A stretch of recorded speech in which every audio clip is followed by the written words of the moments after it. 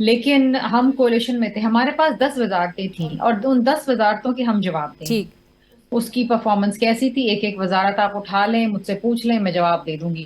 لیکن جہاں تک پرائم منسٹر کے فیصلے تھے, ان کے پالیسی ڈیسیشنز تھے, کیا تھے, کابینہ میں تو ہم اختلاف کر سکتے تھے, لیکن of course the prime minister overrules, اور جو at the helm of affairs ہوتے ہیں, کیبنٹ ہوتا ہے, وہی رسپانسبل ہوتا ہے. انفارچونیٹلی دا کیبنٹ سوئمز اور سنگز ٹوگیدر.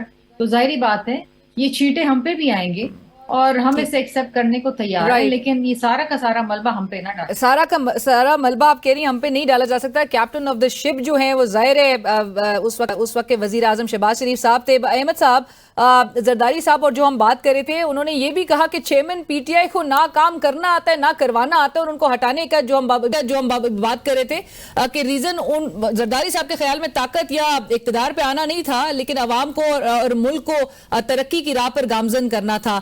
اس حوالے سے بھی میں آپ کا ضرور کامنٹ چاہوں گی, اور ساتھ ساتھ احمد صاحب یہ بھی بتائیے گا کہ پی ٹی آئی نے, چیئرمین پی ٹی آئی نے اس بات پر آمادگی رضامندی ظاہر کی ہے کہ وہ نیب ترامیم کیس کے خلاف اپیل کی سماعت کے دوران سپریم کورٹ میں پیش ہونے کے لیے وہ تو تیار ہے, لیکن ابھی تک تو ہم نے یہ ان کو مختلف عدالتوں میں انتظامیہ اور پولیس سیکیورٹی کی بنیاد پر پیش کرنے میں بہرحال آمادگی ظاہر نہیں کر رہی, اوائڈ کر رہی ہے. اب کی بار آپ کو لگتا ہے کہ چیف جسٹس صاحب کے طلب کرنے پر یہ پیشی ممکن بھی ہو سکے گی؟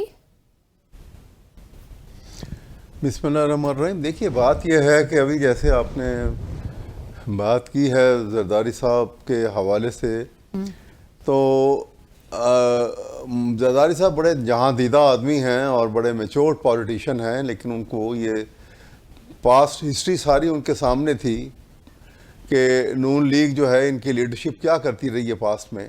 یہی شہباز شریف سے آپ کو یاد ہوگا, ان کو بھی یاد ہوگا, چیف منسٹر پنجاب تھے, اور وہ ہر تقریر میں, ہر دوسری تقریر کے اندر وہ زرداری صاحب کا پیٹ پھاڑ کے اس میں سے وہ دولت نکالتے تھے, کبھی رسیوں سے گھسیٹتے تھے, کبھی کچھ کرتے تھے. وہ زبان ان کی بڑی ایک فرسودہ اور غلیظ زبان استعمال کی جاتی تھی, اور یہی نواز شریف صاحب کا حال تھا. تو یہ لوگ جو ہیں یہ اصل میں فاشسٹ ذہن کے لوگ ہیں. اب اگر لیٹ بھی سمجھ آئی ہے پیپلز پارٹی کو, تو میرے خیال میں it is never too late. یہ اتنے فاشسٹ ذہن کے ہیں کہ ان کے آگے ڈیموکریسی کانسٹیٹیوشن کی کوئی حیثیت نہیں ہے, اور وہ آپ نے دیکھ ہی لیا. اگر ایسی بات نہ ہوتی تو آپ کو معلوم ہے کہ جون 2017 میں جو واقعہ ہوا تھا, ماڈل ٹاؤن کا واقعہ, جس میں 14 شہید ہو گئے تھے اور 100 زخمی ہوئے تھے, اور جس درندگی سے, جس ظالمانہ طریقے سے ان کو قتل و غارت کا وہاں مظاہرہ کیا گیا تھا پولیس کی طرف سے, اور لوگ شہید کیے گئے تھے, وہ ان کے صفاقی ذہن کی عکاسی کرتا ہے. پھر اس کے بعد آپ نے دیکھا کہ ایک واقعہ اس سے پہلے 30th نومبر 97 کے اندر واقعہ ہوا تھا, جب سپریم کورٹ پہ حملہ کیا انہوں نے. تو اس سے اندازہ ہوتا ہے کہ جس شخص کا ایمان جو ہے وہ نہ کانسٹیٹیوشن پہ ہے نہ ڈیموکریسی کے اوپر ہے, تو پھر وہ فاشسٹ ہیں. بٹ احمد صاحب, آپ نے کہا اگر پیپلز پارٹی کو ریئلائز اگرچہ لیٹ سے لیکن ہو گیا ہے, لیکن اب یہ بھی چمگوئیاں ہو رہی ہیں کہ زرداری صاحب اور نواز شریف صاحب کی ملاقات بھی ایکسپیکٹ کی جا رہی ہے اگلے آنے والے دنوں میں. بٹ میں نے جو آپ سے سوال کیا تھا عمران خان صاحب سے متعلق, ان کی پیشی سے متعلق, آپ کو لگتا ہے وہ ممکن ہو سکے گا اب جبکہ چیف جسٹس صاحب بھی طلب کر رہے ہیں ان کو؟ دیکھیے سوال یہ ہے کہ آپ کا سوال کیا تھا, ذرا ریپیٹ کیجئے گا. میرا سوال تھا کہ جو عمران خان صاحب نے رضامندی ظاہر کی ہے عدالت میں پیش ہونے کے حوالے سے, اب تک سیکیورٹی ادارے جو ہیں وہ ان کو پیش کرنے سے گریز ہی کر رہے ہیں نیب ترمیم سے متعلق, آپ کو لگتا ہے کہ ابھی ان کو پیش کیا جائے گا, یہ ممکن ہو سکے گا؟ چیف جسٹس صاحب ان کو طلب کر رہے ہیں. میرا خیال ہے کرنا پڑے گا, ان کو ضرور پیش کرنا پڑے گا, اور وہ ڈائریکٹ جو ہے وہ ان سے گفتگو بھی کریں گے, اور وہاں بات وہ سنیں گے کہ ان پہ کیا گزری ہے اور کیا حالات ہیں, اور کس انداز میں یہ ان کے رائٹس جو ہیں وہ ان کو ان کی اکھاڑ پچھاڑ ہو رہی ہے, فنڈامنٹل رائٹس جو ہیں, اور رول آف لا کے کانسیپٹ کے اوپر کس طرح سے یہ قدغن لگائی گئی ہے, کیا کچھ ہو رہا ہے. یہ ساری چیزیں سامنے آئیں گی, اور آئی ایم شیور کہ چیف جسٹس سپریم کورٹ جو ہیں ان کے اندر یہ ایک خوبی موجود ہے کہ وہ ڈائریکٹ جو ہے رابطے میں آتے ہیں, اور پھر خود وہ سن کے ان میں ایسا لگتا ہے کہ ایک سینسیٹیو ہارٹ ضرور ہے ان کے اندر. لیکن احمد صاحب آپ نے جہاں کہا کہ پیش کرنا پڑے گا اور رول آف لا کی جو آپ بات کرتے ہیں تو رول آف لا کیا صرف یہی ہے کہ چیف جسٹس صاحب اگر طلب کریں گے تو ہی ان کو پیش کیا جائے گا, اگر چھوٹی عدالت طلب کرے تو پیش نہیں کیا جائے گا؟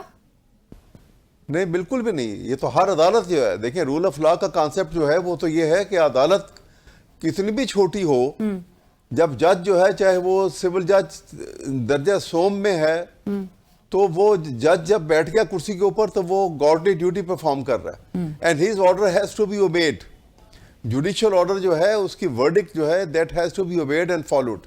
اور کتنی بڑی اتھارٹی ہو, چاہے وہ وقت کا جو ہے وہ حاکم ہو, چاہے وہ فوجی جرنیل ہو, کوئی بھی ہو, کوئی بڑے سے بڑا آدمی بھی ہو, وہ عدالت کے آگے جھکنا جو ہے یہی خوبصورتی ہے نظام کی. اور یہ باتیں اگر آپ وقت نہیں ہے ورنہ میں آپ کو ایک واقعہ سناتا, ایک بہت بڑا واقعہ جو برٹشرز انگریزوں کے زمانے میں ہوا تھا. میں احمد صاحب وقت کی چونکہ کمی ہے, میں شرمیلا صاحبہ کا کامنٹ ضرور چاہوں گی. شرمیلا صاحبہ, زرداری صاحب کی جو ہم بات کر رہے تھے, آج انہوں نے کارکنان سے جو خطاب وہ کر رہے تھے, اس دوران انہوں نے بنا کچھ دوستوں سے گلہ کیے بغیر انہوں نے یہ ضرور ظاہر کیا کہ جو مشورے دیے گئے تھے اس پر عمل نہیں ہوا, اور اس کے ساتھ ساتھ انہوں نے غیر قانونی طور پر جو مقیم افغان مہاجرین تھے ان کی ملک بدری کی پالیسی کو بھی پر بھی تنقید کی. ان کے گلے شکوے آخر کس سے ہیں؟ اسٹیبلشمنٹ سے ہیں یا سابقہ اتحادیوں سے ہیں؟ دیکھیے, آصف علی زرداری صاحب کی سیاسی بصیرت پہ تو میں سمجھتی ہوں سبھی مانتے ہیں, دوست اور دشمن, اور وہ مشورے بھی دیتے. میاں صاحب کو بھی مشورہ دیا تھا 2014 کے اندر, اور ہم جو مشورے دیتے ہیں وہ آئین اور قانون کے دائرے کے اندر ہوتے ہیں. وی بلیو کہ پارلیمان کو مستحکم ہونا چاہیے, پارلیمان کو مضبوط ہونا چاہیے, عوامی نمائندوں کو مضبوط ہونا چاہیے, اور یہی وجہ تھی کہ جب صدر زرداری صدر تھے تو انہوں نے 18ویں ترمیم, حالانکہ اس وقت بہت سے حلقے ایسے تھے جن کو یہ بات پسند نہیں آئی تھی اور صدر صاحب نے یہ بات کہی بھی, لیکن پھر بھی انہوں نے تمام اختیارات واپس پارلیمان کو اور وزیر اعظم کو منتقل کیا, because parliamentary form of system, the prime minister and the parliament has to be all powerful. اب بات یہ ہے کہ آف کورس میاں صاحب, اور اب میاں صاحب میں اس لیے کہتی ہیں کیونکہ شہباز شریف اور نواز شریف صاحب ساتھ ہی ہیں نا, بھائی ہیں, ان کی حکومت کو بھی مشورے دیے تھے, کچھ مانے گئے کچھ نہیں مانے گئے, تو آف کورس شکایتیں تو ہیں. بہت ساری ایسی باتیں جو آپ کھل کے نہیں کہہ سکتے, دے آر پریولیجڈ کانورسیشنز, یا کیبنٹ کی جو پروسیڈنگز ہوتی ہیں they are not for public domain, تو بہت ساری باتیں آپ کھل کے نہیں کہہ سکتے ٹیلی ویژن پہ یا جلسے جلوسوں کے اندر. تو آف کورس ہم مشورے دیتے رہے ہیں کیونکہ ہم وہ جماعت ہیں جس نے پاکستان کو اس کا آئین دیا, ہم آئین کے خالق ہیں, ہم سمجھتے ہیں, اور ہم ہمیشہ آئین اور قانون کے مطابق چلتے ہیں. ہم کبھی بھی کوئی بیک ڈور چینل یا کوئی ڈیل یا کوئی اس طریقے کے کام نہیں کرتے. نہ ہم سمجھتے ہیں کہ ملک چھوڑ کے جانا ہے اپنی جان بچانے کے لیے. بی بی شہید تو واپس آئیں اور اپنی جان کا نذرانہ دیا. If she wanted she could have stayed abroad, اپنے بچوں کے ساتھ رہتی اور آج حیات ہوتی, لیکن اس ملک میں ایک فعال جمہوریت کو بحال کرنے کے لیے وہ واپس آئیں اور انہوں نے شہادت نوش کی. تو ہم ہمیشہ آئین اور قانون کے مطابق کرتے ہیں, اور ہماری جو طاقت ہے, جو ہمارا ایک پورٹ ہے, وہ یہ ہے کہ ہم ہمیشہ مارجنلائزڈ لوگوں کے ساتھ کھڑے, چاہے وہ کسان ہو, وہ مزدور ہو, وہ خواتین ہو, وہ ڈفرینٹلی ایبلڈ پیپل ہوں, ان تمام لوگوں کے ساتھ ہم کھڑے رہتے ہیں. اور ہمارے آپ اگر سوشل سیفٹی نیٹ ورک کے پروگرام دیکھیں, بے نظیر انکم سپورٹ ہے, لینڈ لیس خواتین ہاریوں کو زمینیں دینا, یا لیڈی ہیلتھ ورکرز کا ایک پورا ایک جال بچھانا, ہم ہمیشہ لوگوں کے ساتھ کسان کی بات اور کرتے انہی ہیں.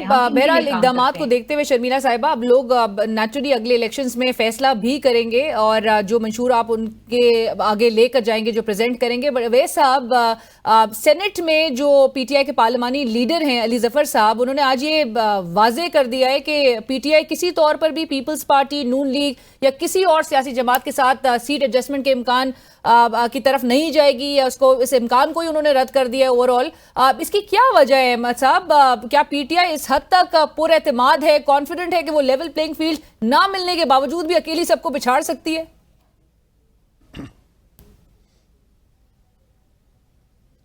احمد صاحب, آپ کو میری آواز آ رہی ہے؟ جی آ رہی. جی جی احمد دیکھیے، صاحب بات یہ ہے کہ جی آپ کو آپ نے سوال میرا سن جی بات یہ ہے کہ وہ علی ظفر صاحب نے وہاں سٹیٹمنٹ دی ہوگی، لیکن سوال یہ ہے کہ یہ ایک بڑا ایک یونیورسل ٹروتھ بھی ہے اس کے اندر، اور ایک ایسی بات ہے کہ کہتے ہیں کہ birds of similar feather flock together. اگر پیپلز پارٹی جو ہے ایک زخم کھانے کے بعد اگر اس وقت وہ رول آف لا اور کانسٹیٹیوشن کے مطابق آئین کے تقاضے پورے کرتے ہوئے الیکشنز کے لیے آ رہے ہیں، اور پی ٹی آئی بھی یہی چاہ رہی ہے، اگرچہ لیول پلینگ فیلڈ ان کو نہیں مل رہا، لیکن اگر یہ اس کے لیے ان کو ایک مال سپورٹ پیپلز پارٹی سے ملتی ہے تو کوئی برائی کی بات نہیں، بہت اچھی بات ہے، کوئی برائی کی بات اور نہیں یہ ہے. ایک اصولی بات ہے، ہاں اور اصولی بات ہے یہ. اور ویسے میں آپ کو یہ بتا دوں کہ اس موقع پہ آپ نے دیکھا کہ کل کے یہ الائی تھے ان کے پی ڈی ایم میں، اور اتنا گہرا گھاؤ لگایا ہے انہوں نے اس وقت نون لیگ نے اس کے ساتھ ایم کیو ایم کے ساتھ یہ ایگریمنٹ کر کے سندھ کے اندر انہوں نے ایک بہت بڑا جو ہے میرے خیال میں this is the most lethal attack which has been made by Nawaz Sharif family اور وہ نون لیگ نے پیپلز پارٹی کے اوپر دانستہ طور کے اوپر. اس سے لگتا ہے کہ انہوں نے اپنی راہیں بالکل الگ کر لی ہیں، اور وہ کسی غلط فہمی میں ہیں کہ وہ ان پاور آئیں گے اور یہ ساری سیٹیں جو ہیں شاید وہی اٹھا کے لے جائیں گے. ایسا بالکل نہیں ہوگا. پاپولیرٹی جو ہے وہ ادروائز ہے. نواز شریف کو کون نہیں جانتا، شہباز شریف کو کون نہیں جانتا.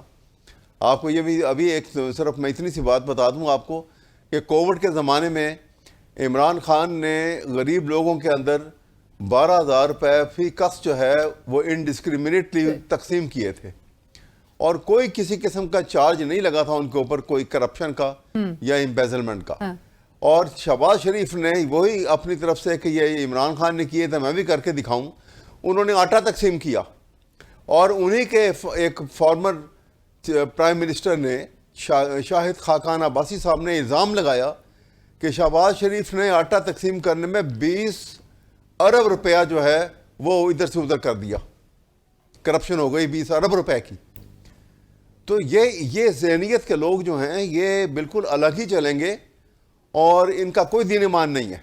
اچھا اور اچھا ہے کہ وہ پیپلز پارٹی جو ہے ان سے الگ ہو کے چلے گی پیپلز پارٹی. اور آپ کہہ رہے ہیں کہ اگر پی ٹی آئی کے ساتھ بھی ملے، سیاسی اتحاد اگر قائم ہو تو اس میں بھی کوئی حرج نہیں ہے. شرمیلا صاحبہ، آپ کی پارٹی کو کوئی اس میں اعتراض تو نہیں ہوگا؟ اور پاکستان تحریک انصاف سے جو یہ سیاسی اتحاد کی باتیں اور خبریں بھی اس وقت گردش کر رہی ہیں، آپ کو لگتا ہے کہ یہ آپ کی پارٹی کے لیے فیوریبل رہے گا؟ آپ نے کہا پی ٹی آئی سے ہماری جماعت کا اتحاد؟ جی، کیونکہ یہ مشورہ تو ندیم افضل چند صاحب نے کافی کچھ مہینہ قبل ہی کہہ دیا تھا کہ اس طرف سوچا جا سکتا ہے، چاہے پنجاب کی سطح پہ ہو، لیکن پیپلز پارٹی سوچ سکتی ہے. نہیں، ایسی کوئی بھی چیز نہیں. دس is not possible. Tehreek Insaf سے اتحاد کسی صورت میں پاسبل نہیں ہے، اور یہ افواہیں دم توڑ دیں گی. تو شرمیلا صاحبہ، تحریک انصاف سے آپ کہتی ہیں کہ سیاسی اتحاد جو ہے وہ کسی طور پہ ممکن نہیں ہے، آلدو کہ احمد اویس صاحب کہہ رہے ہیں یہ خوشائن ہوگا اگرچہ اس قسم کی کوئی موو جو ہے وہ سامنے نظر بھی آتی ہے. بٹ آج آپ کو یہ علم ہوگا کہ سندھ کی سیاست کے حوالے سے ایک بڑی ڈیولپمنٹ سامنے آئی ہے، اور نون لیگ اور ایم کیو ایم نے جو انتخابی اتحاد کا اعلان کیا ہے، آپ کو کیا لگتا ہے کہ اس سے کراچی اور سندھ میں آپ کے لیے انتخاب جیتنا اور بلاول صاحب کا اگین وزیر اعظم بننے کا جو خواب ہے وہ پورا کرنا کتنا مشکل چیلنجنگ ہو گیا ہے؟ علینا، میں آپ کو ایک بات بتاؤں کہ ایم کیو ایم کا پی ایم ایل این کے ساتھ جا کے اتحاد بنانا واز ایکسپیکٹڈ.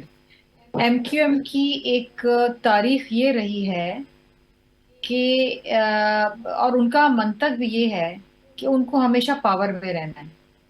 وہ دیکھتے ہیں جہاں ہوا کا رخ چل رہا ہے اور وہ سمجھتے ہیں کہ شاید فلاں جماعت حکومت میں آنے والی ہے تو وہ اس کے ساتھ جا کے مل جاتے ہیں. ان کی جو 5 سے 10 سیٹیں پہلے تو زیادہ تھیں، 25-30 تھی، پھر کم ہو کے ریڈیوس ہو گئیں.